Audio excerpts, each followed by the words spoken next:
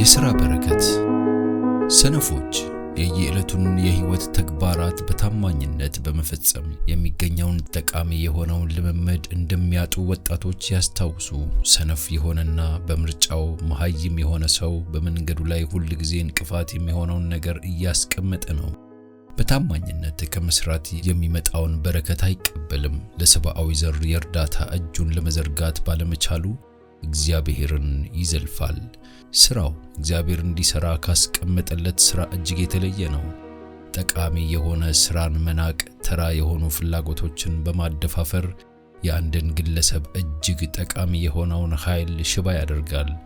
ጥቂቶች ሳይሆኑ በሺዎች የሚቆጠሩ ሰዎች የሚኖሩት እግዚአብሔር በምሕረቱ የሰጣቸውን ጥቅሞች በመጠቀም ብቻ ነው። እግዚአብሔር የምድር ፍሬን በመስጠት ለሰጣቸው ብልጽግና የምስጋና ስጦታ ማምጣትን ይረሳሉ። እግዚአብሔር በተውሶ የሰጣቸውን መክሊቶች በጥበብ በመነገድ አምራቾችና ተመጋቢዎች እንዲሆኑ እንደሚፈልግባቸው ይረሳሉ።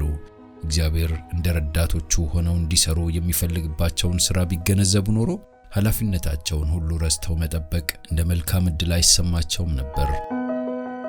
እውነተኛ ደስታ የሚገኘው ጥሩ በመሆንና ጥሩ በማድረግ ነው። ንጹሕና ከፍተኛ ደስታ የሚያገኙ ሰዎች የተሰጧቸውን ተግባራት በታማኝነት የሚፈጽሙ ናቸው። የየዕለቱን ቀላል ተግባራት በንቀት እንዲመለከቱ የሚያደርጋቸው ተራ የሆነ ስንፍና ነው። እነዚህን ተግባራት ለማድረግ ፈቃደኛ ለመሆን አንድ ቀን በትክክል ሊታይ የሚችል የአእምሮና የግብረ ገብ ጉድለትን ያስከትላል።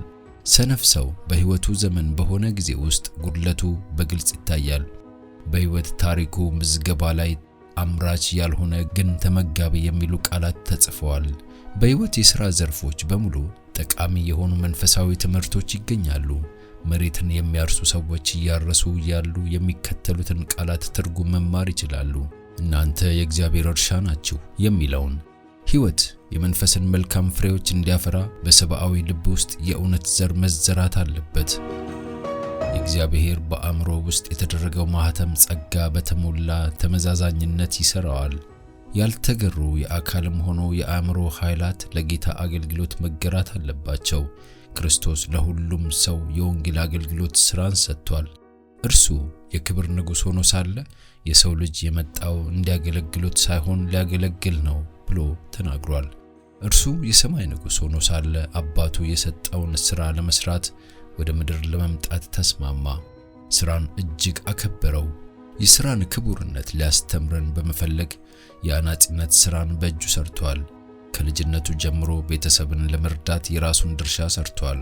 እርሱ የቤተሰብ ተቋም አካል መሆኑን በመገንዘብ የቤተሰብን ሸክም ድርሻውን በፈቃደኝነት ተሸከመ። በቤት ውስጥ ራስ ወዳድነት የሌለውን ፍላጎት በማሳየት ልጆችና ወጣቶች የአባቶቻቸውንና የእናቶቻቸውን ኃላፊነት በማቅለል መደሰት ይገባቸዋል።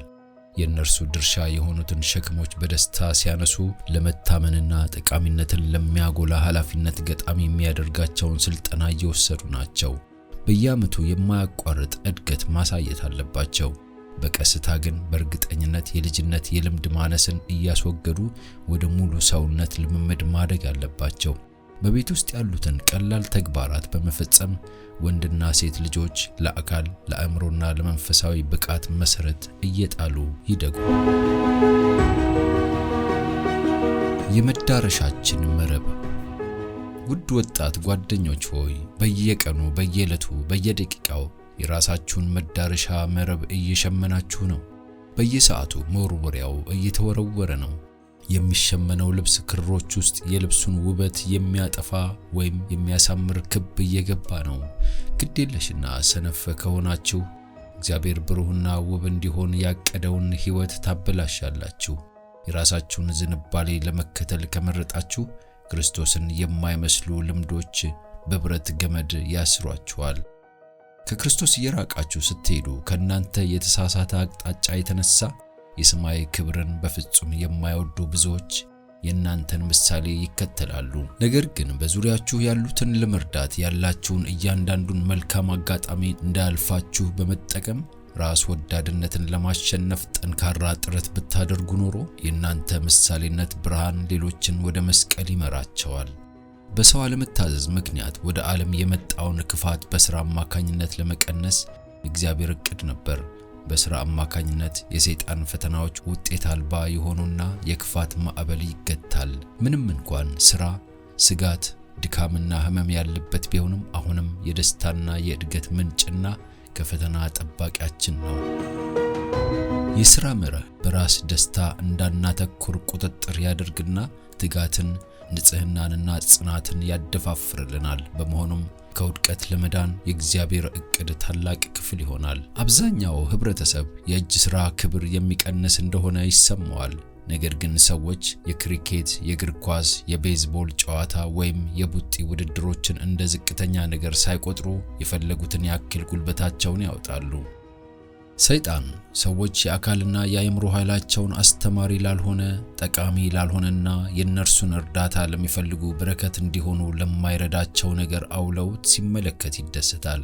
ወጣቶች ለራሳቸውም ሆነ ለሌሎች እርግጠኛ የሆነ ጥቅም በሌላቸው የስፖርት አይነቶች የተዋጣላቸው ባለሙያ ሲሆኑ፣ ሰይጣን እግዚአብሔር የሰጣቸውን መክሊቶች እየወሰደባቸውና በእነርሱ ፋንታ የራሱን የክፋት ተግባራት በማስቀመጥ በነፍሶቻቸው ላይ የህይወት ጨዋታ እየተጫወተባቸው ነው።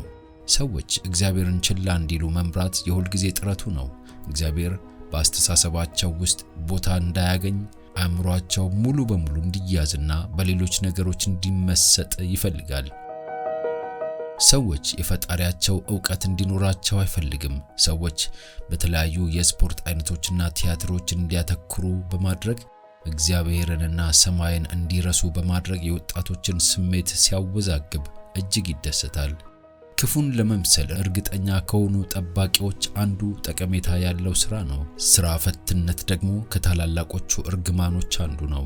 ሥራ ፈትነትን፣ ከንቱነት፣ ወንጀልና ድህነት ይከተሉታል። ሁል ጊዜ በሥራ የተጠመዱና ወደ ዕለቱ ተግባራቸው በደስታ የሚሄዱ ሰዎች የህብረተሰቡ ጠቃሚ አባላት ናቸው።